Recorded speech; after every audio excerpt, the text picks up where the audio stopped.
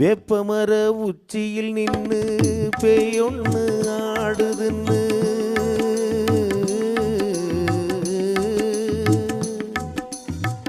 வேப்பமர உச்சியில் நின்னு பேயொன்னு ஆடுதுன்னு விளையாட போகும்போது சொல்லி வைப்பாங்க உந்தன் வீரத்தை கொழுந்திலேயே கிள்ளி வைப்பாங்க.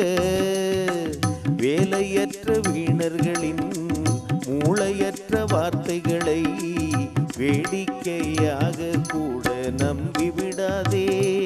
நீ வீட்டுக்குள்ளே அடைஞ்சு கிடந்து வெம்பி விடாதே, நீ வெம்பி விடாதே.